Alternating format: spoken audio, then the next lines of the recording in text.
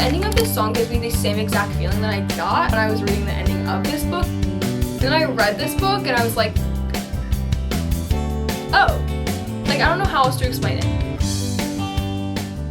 Hello everyone, welcome back to my channel. Welcome to yet another book video. I feel like even though I have a book channel, I have to preface every time I make a book video. Anyways, today's video is actually part 2 of a video that I filmed a few months ago. Basically, in today's video, I'm going to give you guys book recommendations based on songs. Every time I am reading a book, I feel like I have a specific song playing in my mind that I just correlate to the book. That is how my brain works. So anyways, welcome to my channel, like, comment, and subscribe, and let's get right on into today's video.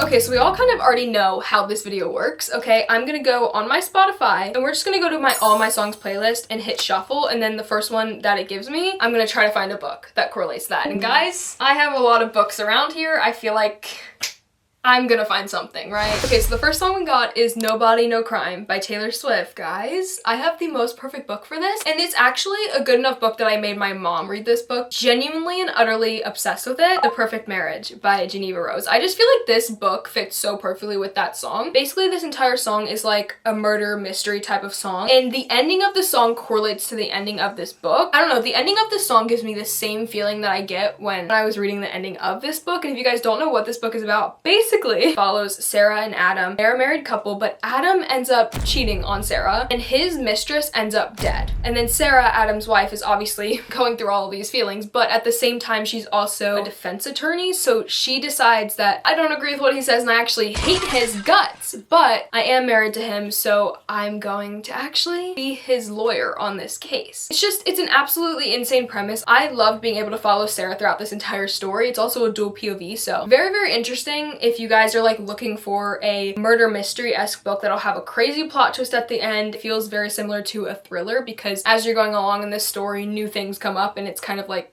oh, Sarah actually is in danger. Guys, I love this book so much I made my mom read it, okay? That should say enough. Okay, everyone, next song we have Can't Catch Me Now by Olivia Rodrigo. Oh my gosh, the edits to this song on TikTok are absolutely insane, and I have the most perfect book. The quite literally most perfect book. You guys already know I'm gonna pick Where the Crawdads Sing by Delia Owens. The song Can't Catch Me Now correlates to this book genuinely so much, and this is also a movie. Guys, if you've watched the movie and you've seen the edits on TikTok of it, it's life-changing. If you guys don't know what this book is about, basically you're following this girl named Kaya. She is called the Marsh Girl. She lives like in the marshes. The locals around her, like in the town, don't really know much about her. And when someone in the town turns up dead, every single person is like, it's Kaya. Then she's basically outrunning them like the entire time. And it's very, very interesting. I loved the movie so much, and the book just correlates so much to it. Like the movie and the book both. I feel like I easily could have picked Hunger Games for this one too, but like we all saw that one coming. I want to give you a little bit something different because everyone like obviously is gonna relate Can't Catch Me Now to Hunger Games because it's literally the Hunger Games soundtrack. But I'm in the trees, I'm in the breeze, my footsteps on the ground. You see my face in every place, but you can't catch me now. That's literally Kaya, Marsh Girl. She's in the trees and she's in the breeze. Oh, and hey, by the way, yeah, her footsteps are on the ground right now. I hope you guys see my point. Like, there was no other book that made sense in my mind to pick for this. Okay, everyone, let's see what our third song is.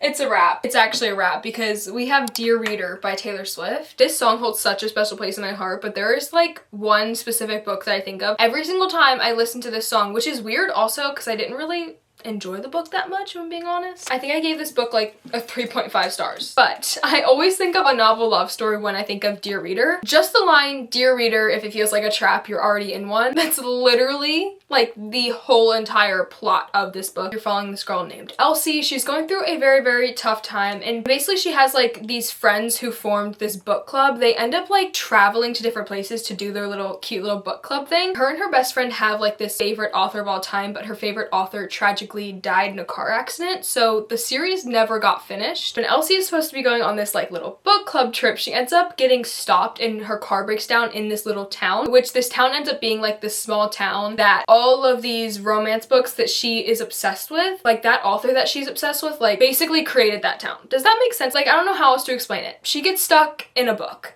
is basically what's happening here. I didn't love this book, just like it felt kind of slow, but I do love Ashley Paulson's writing so much. So if you are looking for like a really cutesy little fun time and you literally want to get lost in a book, like this is yours. I don't know, I just feel like Dear Reader by Taylor Swift literally correlates so well to this, because I feel like if Elsie Merriweather, the main character in this book, if she was like ever listening to Dear Reader, she would have an heart aneurysm. It's a song that she needs to hear. And I wish she was real so I could like, hey, you should listen to this. It's like, no, she actually doesn't exist in the real world, Bryn. So that's her soundtrack. That is literally her soundtrack when she gets stuck in this book series.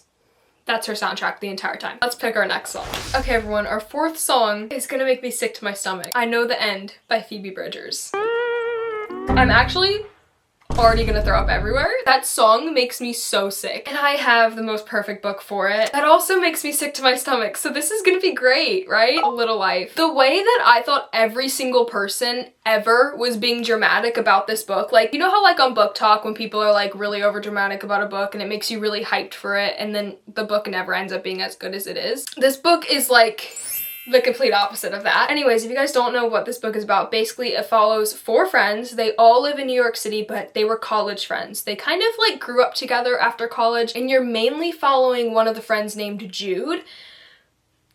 Oh my god. Can't even talk about him without crying. Oh my gosh. Every single time I even think about this book, I Know the End by Phoebe Bridgers comes to mind, because the lyrics of the song, just the whole like cadence of the song too, is so beautifully done, and it just reminds me of this book. It reminds me of Jude, and it hurts my heart. Oh my gosh. I don't really want to tell you too much about this book. Just know all 4 of these friends deal with these crazy things that happen in their life, and these really tragic, traumatic events. You're just basically watching how it shapes them. It's really painful, and so is this song, so I had to correlate them. I'm sorry. And there's just like one specific quote that I think of like every single time I hear it. I'm like, whoa, that's this book. Literally, just after a while you went quiet and I got mean. I'm always pushing you away from me, but you come back with gravity. That's so Willem and Jude. That is so Willem and Jude coded, and I love them, and I'm literally gonna cry. I'm gonna cry. What's happening? Oh my gosh. Okay. Everyone, please go read this book. I know it's a lot, but I think that you guys would absolutely love this book if you haven't read it yet. And I want every single person in my life to read this if it's the last thing I do on earth.